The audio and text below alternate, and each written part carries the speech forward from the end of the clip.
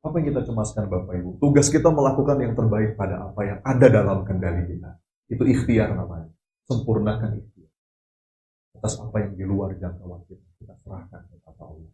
Itulah. Bismillahirrahmanirrahim. Bapak Ibu sekalian, mudah-mudahan duduk-duduknya kita siang hari ini Allah catat kita sedang berada dalam lapis-lapis keberkahan. Amin. Lapisan pertama, barokahnya bulan Ramadan.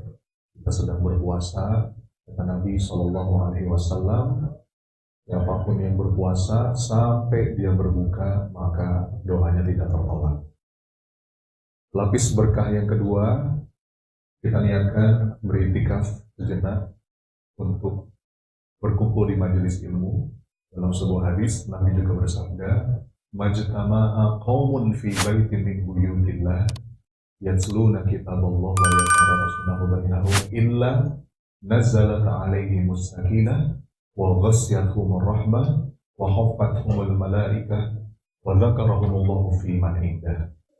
Apa artinya? Kata Nabi, kalau kita berkumpul di masjid, di rumahnya Allah untuk saling mengingatkan dalam kebaikan, maka jaminan dari Nabi, nazzalat 'alaihimus sakinah, tercurah-curah sakinah, wa ghasyiyatuhumur rahmah, dan tercurah pula rahmat dari Allah. Itulah kenapa kata para ulama, majelis ilmu salah satu momentum doa kita diijabah.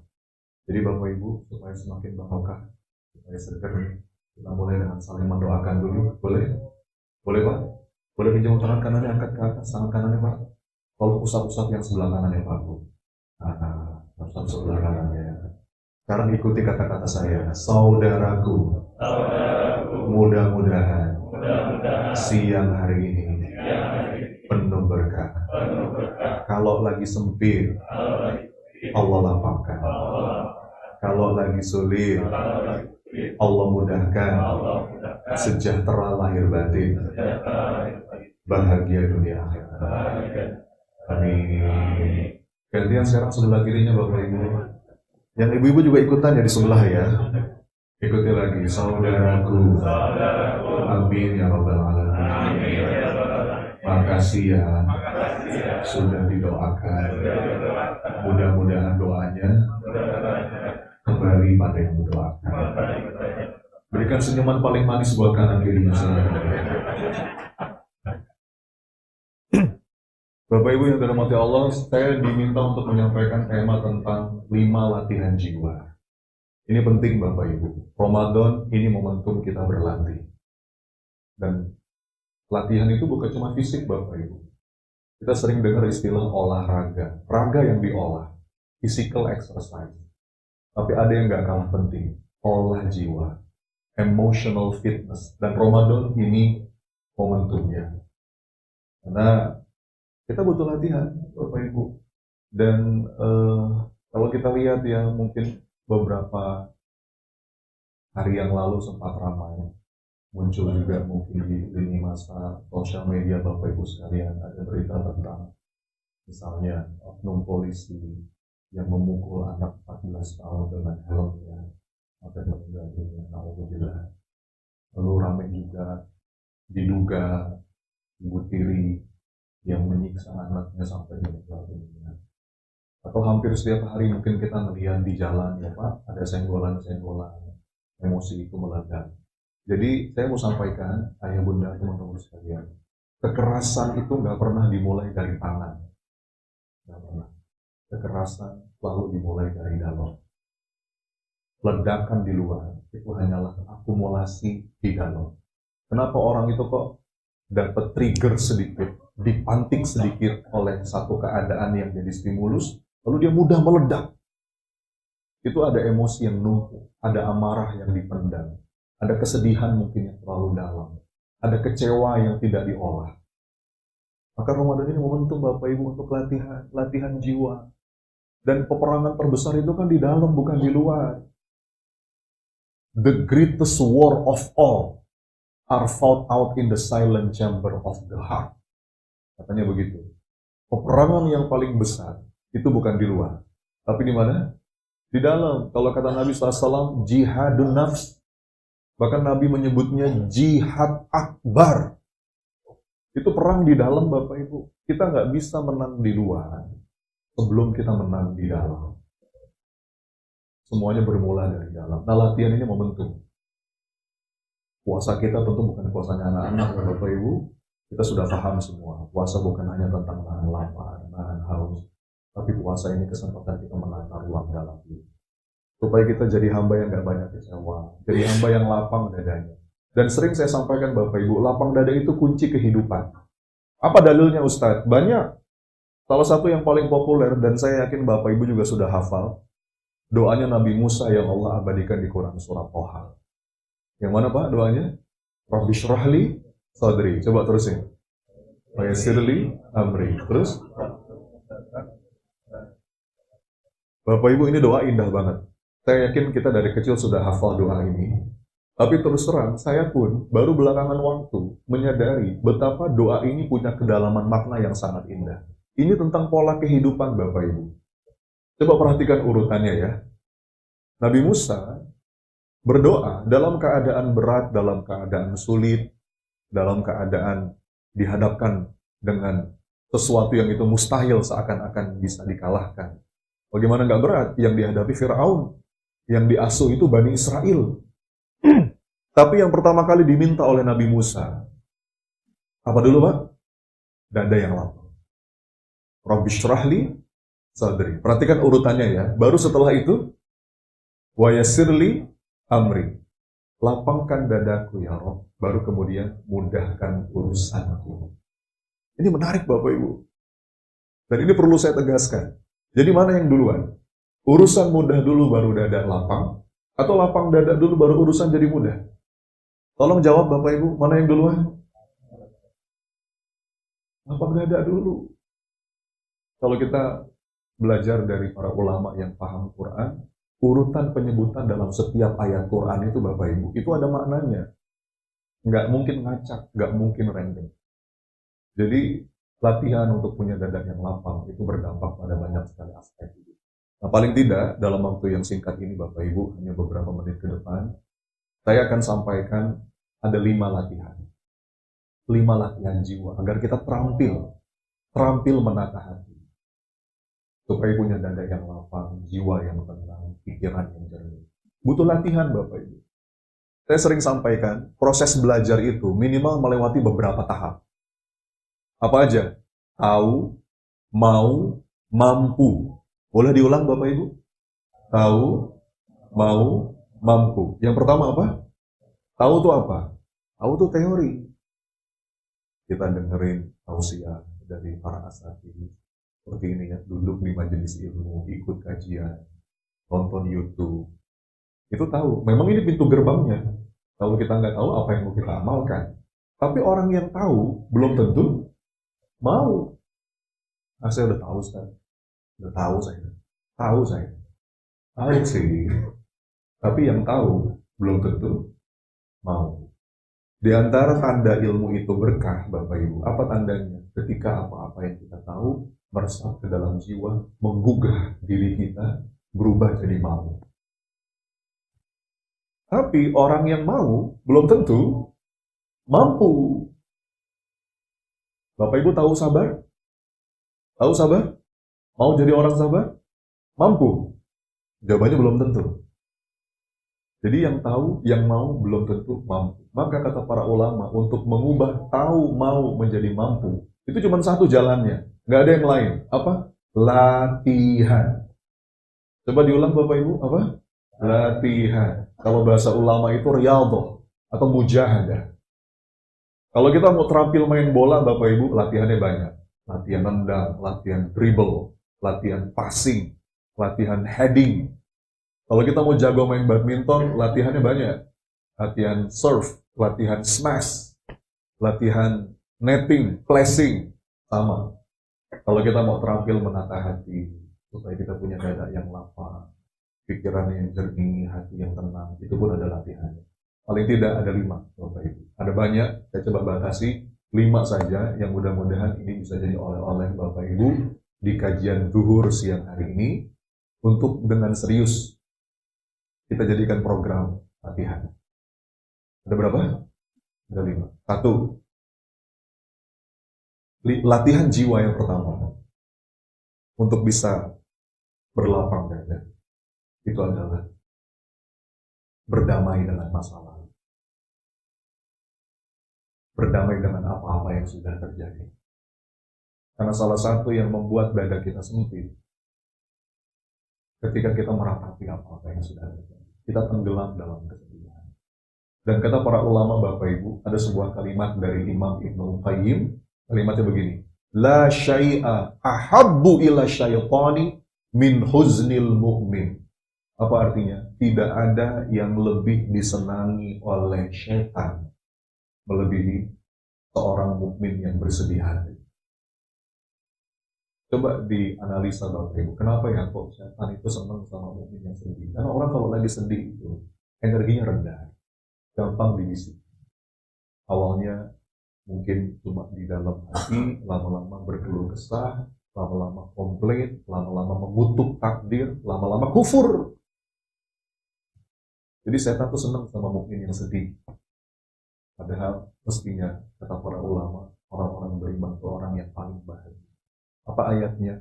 Qul bifadlillahi wa birahmatihi fabidzalika falyafrahu. Allah memberikan ciri yang paling utama dari orang beriman itu la khaufun alaihim wa la hum yahzanun. Dia nggak banyak cemas, nggak banyak galau, nggak banyak sedih. Jadi latihan pertama Bapak Ibu, berdamailah untuk apa-apa yang sudah terjadi. Bahkan kata Nabi SAW, kalau sesuatu itu sudah terjadi, kita nggak boleh ngomong seandainya, Bapak Ibu. Perkataan seandainya itu pintu masuk syaitan. Sampai segitunya, Pak. Ngomong seandainya saja, itu nggak boleh. Ya. Jangankan untuk urusan yang besar, Bapak Ibu. Untuk urusan yang kecil aja nggak boleh. Contoh, nih Bapak Ibu mau ke sebuah tempat, bawa kendaraan. Bisa belok kanan, bisa belok kiri. Kita pilih kan? Belok kanan. Begitu belok kanan, macet. Ayo Pak, ngomong gimana biasa kita? Hah? Andainya tadi belok kiri.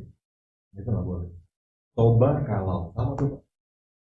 Nabi mengajarkan, kalau sesuatu itu sudah terjadi, katakan apa? Qadarullah wa ma syaa. Tinggal kita ambil pelajaran. Putar balik boleh putar balik, tapi nggak usah ngomong seandainya. Apa yang bisa kita ambil hikmahnya. Jadi nggak boleh kita meratapi yang terjadi. Orang-orang beriman itu yakin semua ada hikmahnya dan semua pasti baik pada akhirnya. Bahkan ada sebuah hadis yang sangat populer dari Nabi SAW yang saya suka banget. Apa hadisnya? Ajaban li amril mu'min inna amrohu kullahu khair. Betapa menakjubkan urusan orang-orang yang beriman. Kenapa? Semuanya baik. In asobathu syarrahu syakara fakana khairul lahu wa in asobathu dharrahu sabara fakana khairul lahu. Enak nggak enak, kadang sesuai harapan, kadang nggak sesuai harapan. Bagi orang-orang beriman, semua jadi kebaikan. Bapak Ibu, ada masanya yang terjadi itu sesuai dengan apa yang kita inginkan. Betul? Ada masanya begitu Pak. Kita kepengen A, yang kejadian A. Kita berdoa minta A, yang Allah kabulkan A. Kadang-kadang begitu. Tapi ada masanya. Kita kepengen A, yang Allah kasih B. Kenapa? Karena menurut Allah, B itu lebih baik dan lebih kita butuhkan. Kenapa orang sempit dadanya? Karena fokusnya ke A terus. A, ya Allah. A. Pokoknya A. Istiqorohnya, ya Allah, kalau dia baik jodohkan, kalau dia nggak baik perbaiki dia, ya Allah. Bukan istiqoroh namanya. Itu apa? Dan dalilnya telak dalam Quran. Wa asa an takrahu syai'an wa huwa khairul lakum wa asa an tuhibbu syai'an wa huwa syarrul lakum. Boleh jadi kamu senang sama sesuatu, padahal itu boleh jadi kamu senang sama sesuatu, padahal itu Allahu ya'lamu wa antum la ta'lamun. Jadi latihan pertama Bapak Ibu, latihan berdamai. Kalau sesuatu itu sudah terjadi, tinggal kita ambil pelajaran, ambil hikmahnya. Apa yang bisa kita perbaiki? Jangan suka meratap atas apa yang sudah terjadi. Dan semua ada hikmahnya, dan semua pasti baik pada akhirnya. Itu yang pertama. Yang kedua, latihan untuk tidak banyak cemas atas apa-apa yang belum terjadi.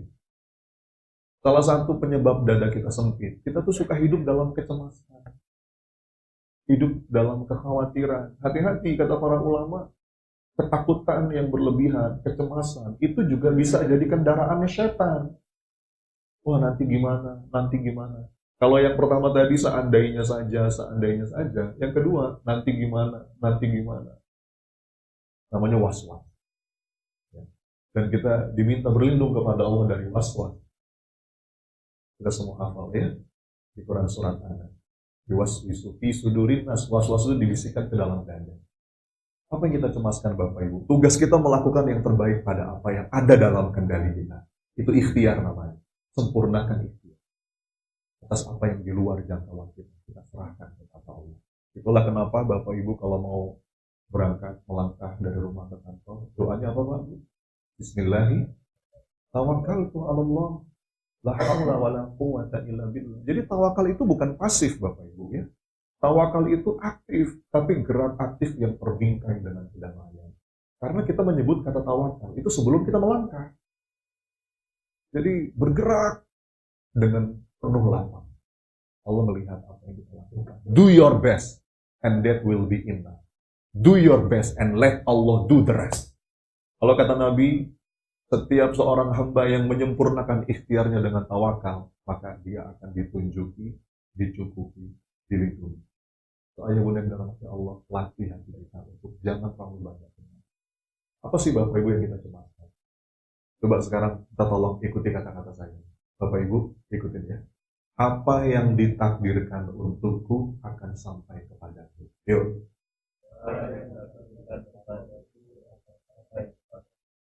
Kalau kata Sayyidina Umar bin Khattab, hatiku tenang. Kenapa? Karena aku tahu segala sesuatu yang ditakdirkan untukku, dia tidak akan melewati. Tapi sesuatu yang melewatiku, berarti dia bukan takdir. Gitu kan Bapak Ibu? Bergeraklah dengan lapang. What belongs to me will simply find me. Kalau kata Imam Al-Ghazali, segala sesuatu yang ditakdirkan untukmu, dia akan sampai kepadamu. Meskipun jaraknya sejauh 2 gunung. Tapi segala sesuatu yang tidak ditakdirkan untukmu, dia tidak akan sampai kepadamu. Meskipun jaraknya sedekat 2 bibir. Jadi Bapak Ibu, tugas kita itu menyempurnakan. Lakukan yang terbaik. Al-ajru ala qadri al-masya. Semakin payah kita melakukan sebuah amal, semakin baik ikhtiar kita dengan ihsan, dengan itqan, maka gak akan terlihat yang terbaik yang Allah siapkan. Apa-apa yang di luar jangkauan kita serahkan. Jangan banyak. Just do your best. Itu yang kedua. Tadi apa yang pertama Pak? Bu? Berdamai dengan yang sudah terjadi. Yang kedua, jangan banyak cemas. Berdamai juga dengan apa yang belum terjadi. Latihan ketiga Bapak Ibu untuk punya dada yang lapang, pikiran yang jernih, hati yang tenang. Latih juga hati kita untuk menghargai apa-apa yang Allah beri. Salah satu penyakit terbesar manusia itu suka sibuk dengan apa-apa yang belum ada. Sampai lupa menghargai apa-apa. Sampai Allah katakan dalam Quran, qalilan ma tashkurun. Berulang kali Allah katakan, qalilan ma tashkurun. Betapa sedikit hamba-hamba yang bersyukur. Padahal kaidahnya itu, orang yang tidak sadar atas nilai suatu nikmat, biasanya dia baru sadar ketika nikmat itu sudah hilang dari dirinya. Gitu ya. Bapak Ibu, kita baru sadar nikmatnya sehat kalau lagi sakit. Kita baru sadar nikmatnya nafas kalau lagi sesek.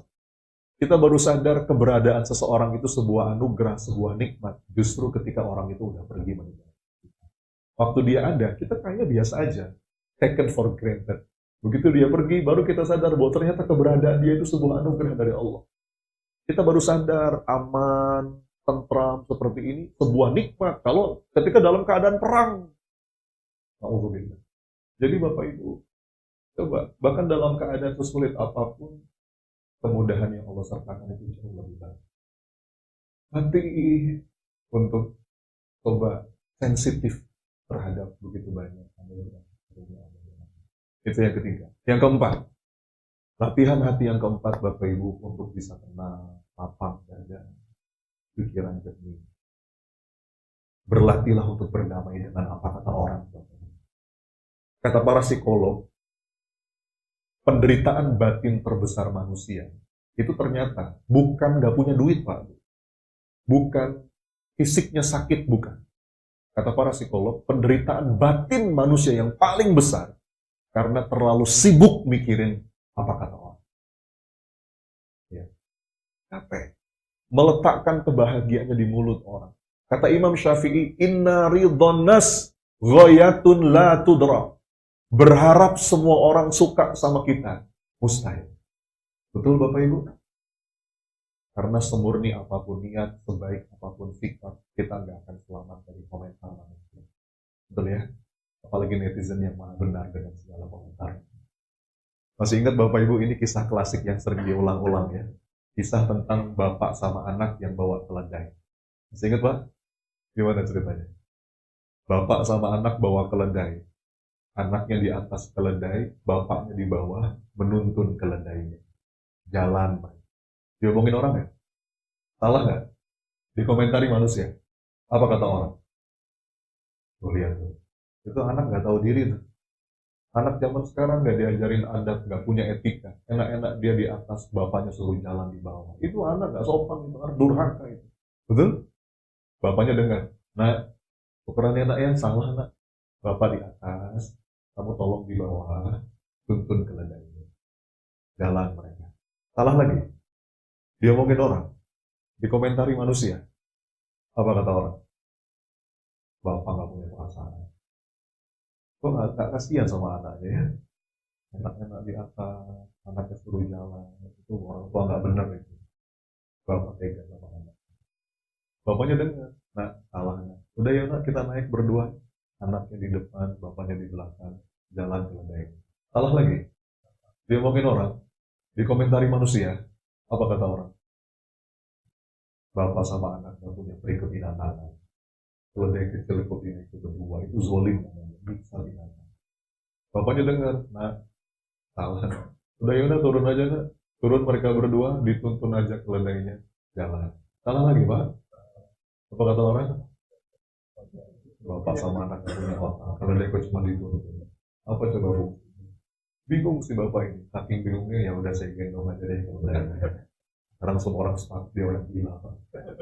Betapa lelahnya kalau kita meletakkan kebahagiaan di mulut orang. Bapak Ibu, orang-orang yang akan merasakan manisnya ikhlas ketika sudah putus harapan di hatinya. Gak bisa. Boleh kita menjelaskan sekali dua kali di forum yang tepat, klarifikasi supaya orang gak salah paham. Tapi pada akhirnya kita nggak bisa memaksa semua orang setuju sama kita, betul? Sampai kalau kata Sayyidina Ali, sebetulnya kita nggak perlu menjelaskan tentang diri kita kepada siapapun. Kenapa? Karena orang kalau sudah benci, dia nggak akan percaya itu. Dan orang kalau sudah suka, seringkali dia nggak butuh itu.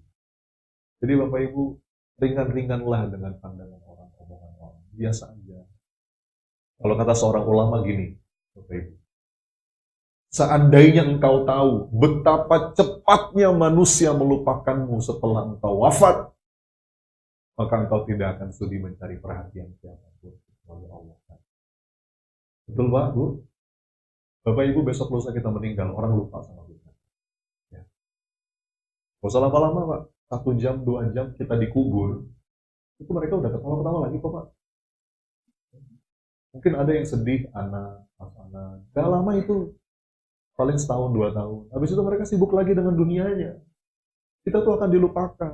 Jadi ngapain kita jungkir balik, mencari pandangan di hati makhluk. Wa kafa billahi syahid. Bahkan kalau kata Allah dalam Quran, la nuridu minkum jazaa'a wala syukur. Orang-orang yang beriman itu diucapin terima kasih aja nggak mau. Dia udah puas dengan penilaian Allah. Tugas kita berbuat. Kalau kepada manusia Bapak Ibu, kalau kita mau berharap, termasuk ya pada pasangan, kepada anak, berikan yang terbaik. Kita nggak perlu berharap suatu hari nanti anak ingat kita, balas budi dan lain sebagainya. Nggak perlu cari-cari validasi terhadap kita tercatat praktis. Kalau kita berbuat baik, maka kita dapat. So itu yang keempat. Terakhir, yang kelima. Coba diulang lagi, masih ingat nggak Bapak Ibu? Apa latihan yang pertama? Berdamailah dengan apa yang sudah terjadi. Semua ada hikmahnya. Semua pasti banyak ada adanya. Yang kedua, latihan untuk jangan banyak cemas Bapak Ibu. Apa yang bisa kita lakukan? Lakukan yang terbaik. Apa yang ada dalam kendali kita? Lakukan yang terbaik. Itu ada hisabnya. Itu yang Allah nilai. Apa yang sudah kita lakukan? Sesuatu yang memang di luar kendali kita. Ya Hayyu ya Qayyum bi rahmatika wa aslih li sya'atillahu wa la taqulu lana. Yang ketiga Bapak Ibu apa? Latihan menghargai. Tapi coba ya Bapak Ibu, sesekali ini habis sholat, duduk sebentar. Doa kita satu aja. Ya Allah. Makanya kata Nabi itu, afdolul doa, alhamdulillah. Kalau afdolul zikr, itu la ilaha illallah. Zikir yang paling afdol itu, la ilaha illallah. Tapi doa yang paling afdol, itu alhamdulillah. Kalau kata seorang ulama, seandainya di dalam dadamu ada begitu banyak keinginan, saking banyaknya sampai-sampai kamu bingung mau minta apa kepada Allah, sudah jadikan saja doamu istighfar dan hamd.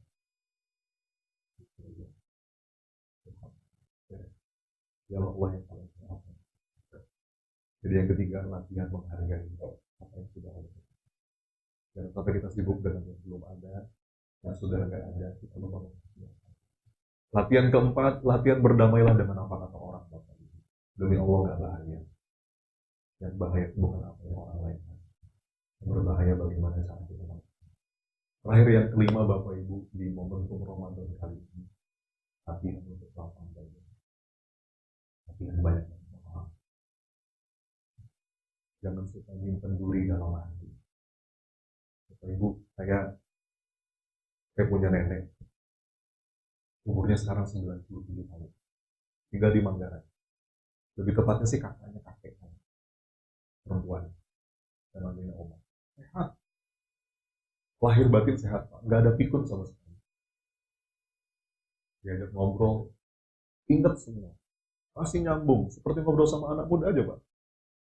Umur 97 itu diajak makan durian masih oke, diajak makan kambing masih oke. Saya nggak. Nah, saya pernah nanya gitu, Oma, bagi dong rahasianya. Apa nih rahasia supaya sampai umur sehat, banyak ibadah. Ada satu kalimat yang saya ingat banget. Dia bilang begini, apa yang salah? Tapi ada satu yang bisa. Oma itu nggak punya sebel, punya kesel lama-lama. Gitu. Dia ngomong gitu, saya ingat hadis Nabi. Kata Nabi, ada seorang sahabat yang sampai dijamin sebagai penghuni surga. Padahal amal yang lainnya standar aja Bapak Ibu. Ternyata ada satu amalan yang dia lakukan. Dia nggak pernah menjadi luar. Dan Ramadan yang momentumnya. Ayatnya apa? Waliyafu waliyasfahu ala tuhibbuna ayyakullahu lakum. Maafkan mereka. Lapangkan mereka. Bukankah kita butuh dimaafkan? Jadi kita memaafkan orang itu bukan karena dia layak dimaafkan, tapi karena kita butuh dimaafkan. So Bapak Ibu, mudah-mudahan kesempatan yang Masya Allah kasih di bulan suci ini jadi momentum untuk kita untuk lebih. Amin. Bapak Ibu, saya minta izin kita selipkan beberapa menit buat doa. Boleh kan? Saya selalu bilang, ini saya titip-titip nih Bapak Ibu. Dan kita bagian dari orang yang beriman, dan orang-orang beriman itu yakin doa itu senjata. Doa itu punya kekuatan mengubah hidup. Kalau perlu Bapak Ibu, tandai betul kapan waktu-waktu doa kita diijabah. Dan ada banyak sekali itu Allah kasih. Coba sebut Bapak Ibu, kapan aja? Ketika hujan turun. Betul. Karena kalau hujan turun itu rahmat Allah sedang turun. Antara azan dan iqamah. Itu privilege yang Allah kasih bagi orang yang datang tepat waktu. Betul. Masih banyak. Kapan lagi, Pak? Ketika sujud. Kapan lagi? sepertiga malam terakhir ketika sahur. Apalagi menjelang buka puasa. Ketika berpuasa sampai dia berbuka. Termasuk Bapak Ibu ketika hadir di majelis ilmu seperti ini. Ini mustahil. Bapak Ibu kalau datang ke Madinah, tempat apa yang paling Bapak Ibu incar? Raudhah kan? Kenapa? Karena itu tempat yang mustajab. Lah majelis ilmu ini raudhah min riyadil jannah kata Nabi SAW. Jadi kalau Bapak Ibu duduk seperti itu, walaupun beberapa menit, angkat tangan, minta yang baik. Boleh Bapak Ibu? Yuk angkat tangannya. Hadiahkan hati.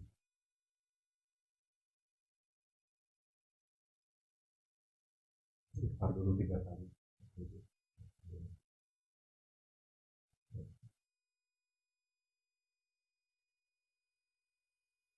Selawat kepada Nabi.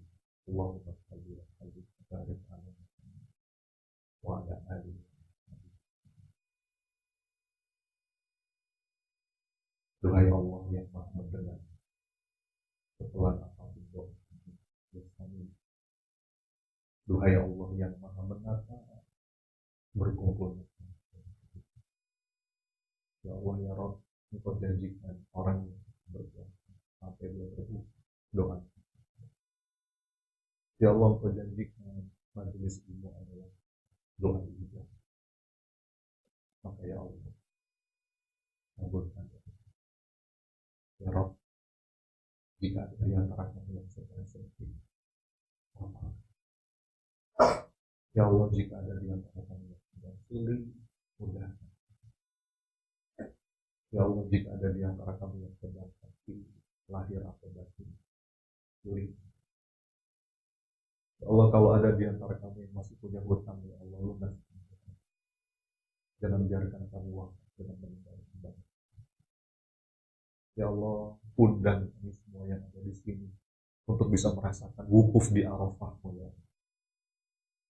Untuk bisa duduk bersimpuh di masjid, untuk bisa sujud langsung di depan Ka'bah lagi bersama orang-orang. Ya Allah, jadikan pasangan kami, anak keturunan kami soleh. Rabbana hab lana min azwajina wa dzurriyyatina qurrata waj'alna lil muttaqina. Bapak Ibu, saya berikan kesempatan, silakan doa masing-masing. Silakan Bapak Ibu, saya amin. Amin. Apapun yang sekarang terlintas di pikiran Anda. Mungkin Bapak Ibu lagi punya masalah, lagi punya hajat, dan kepengen ditolong sama Allah. Saya minta sekarang Bapak Ibu, demi Allah ini sekarang. Di luar juga sedang hujan.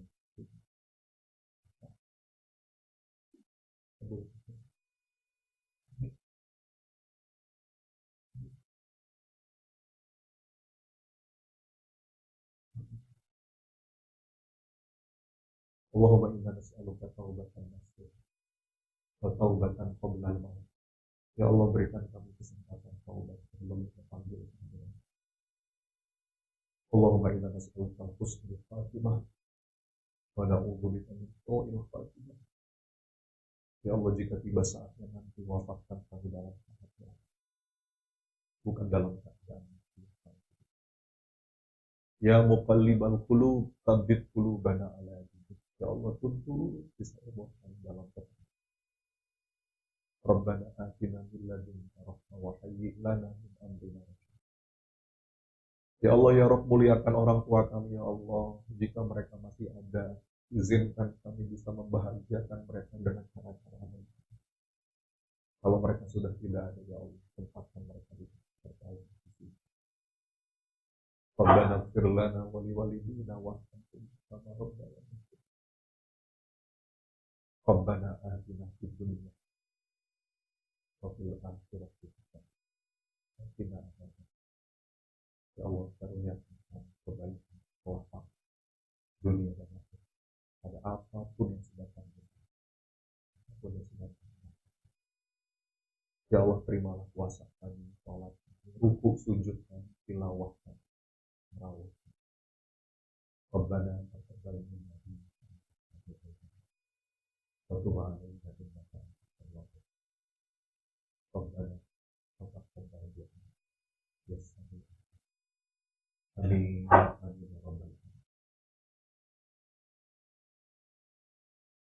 Terima kasih Bapak Ibu, mohon maaf saya turun. Subhanakallahumma wa bihamdika asyhadu an la ilaha illa anta astaghfiruka wa atubu ilaik. Assalamualaikum warahmatullahi wabarakatuh.